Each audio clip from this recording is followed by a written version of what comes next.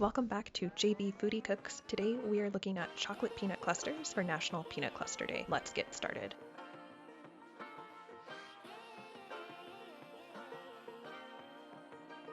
A few supplies you are going to need is at least a baking sheet with parchment paper lined in it, a rubber spatula. Optional things are going to be a cookie scoop so you can just easily measure out these scoops of peanut clusters. And I have this nifty muffin tin with silicone liners inside that I thought could be pretty useful for here. But if you don't have one of these, the parchment lined baking sheet will work just well. You are also going to need a crock pot for this particular recipe and method I'm going to show you, along with a medium to large Pyrex glass bowl. This recipe is really simple. There's really only 5 ingredients in it. As you can see, one of the easiest peanut cluster recipes I found to make, which was the goal. I didn't want to make something overly complicated, so let me show you how to do this. First, we are going to start with our crock pot. You're going to add 2 cups or about 470 milliliters of water to your crock pot. Once you have added your water, set your crock pot to saute high if you have an Instapot, or if you're like me and you have a Farberware, I used the brown and sear. Having added our water to our crock pot, we can now place our medium to large-ish glass bowl on top, creating an almost double boiler. Now on to the goodies. You are going to add to this now glass bowl that's sitting on top of your hopefully steaming crock pot 172 grams of semi-sweet chocolate chips, 172 grams of white chocolate chips, 21 grams of butter or your shortening of choice, and then 34 grams or about 30 milliliters of creamy peanut butter. You're going to leave these ingredients in the bowl over your steaming water for maybe 10 minutes. Mine took a little less than 10 minutes for it to get nice and smooth. You want to stir occasionally. It's going to look a little rough at first. Everything is going to be very chunky. I promise you, give it time. That steam will heat up the glass bowl, which will then heat up the chocolate and the butter and the peanut butter, and it will start to become a nice, smooth, delicious looking, silky consistency, which is what you want. Once you have something that is the consistency that looks like you could pour it over ice cream and call it a day and you would be just as happy, you are going to add 280 grams of your lightly salted peanuts to this deliciously smooth chocolate mixture you just made.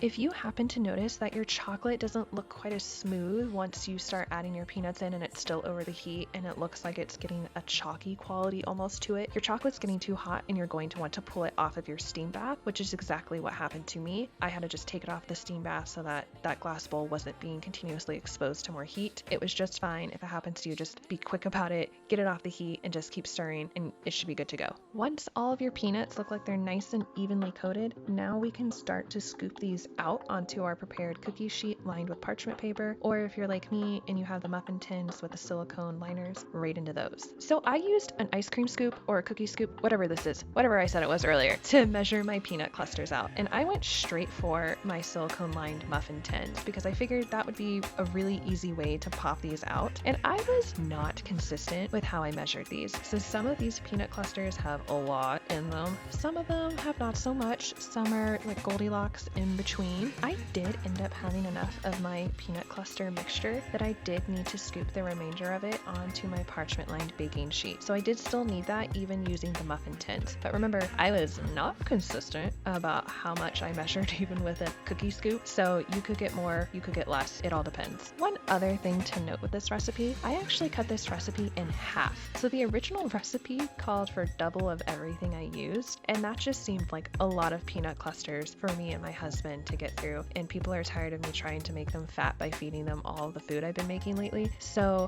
cut this recipe in half. I will leave the link to the original recipe down below, but having it was perfectly fine, more than enough peanut clusters. But if you were making this for a party, you were making this for a gift for somebody, like Christmas time, this would be a great recipe. Super easy, can make a bunch of it at once, no problem. After you've scooped all of your peanut clusters out, I went ahead and I popped these right into the freezer because I'm impatient and I did not want to wait. So it took about a half an hour for them to set up firmly and have the chocolate be settled and not gooey or melty anymore. But man, they were delicious. They popped out of the silicone liners so easily, just like I thought they would, and so good, so easy. Would make these again, would highly recommend. And with all that being said, I hope you enjoy National Peanut Cluster Day with this recipe. It's super easy, it's super good. You could even make these with kids. It's that simple, as long as they're just careful with the bowl. It can get a little hot. I forgot to mention that. You do see me with my little heat glove on holding the bowl, but I would highly recommend these, and I hope you have a great rest of your day. Tell me how these turned out for you if you decided to make them, and I will see you soon. Bye.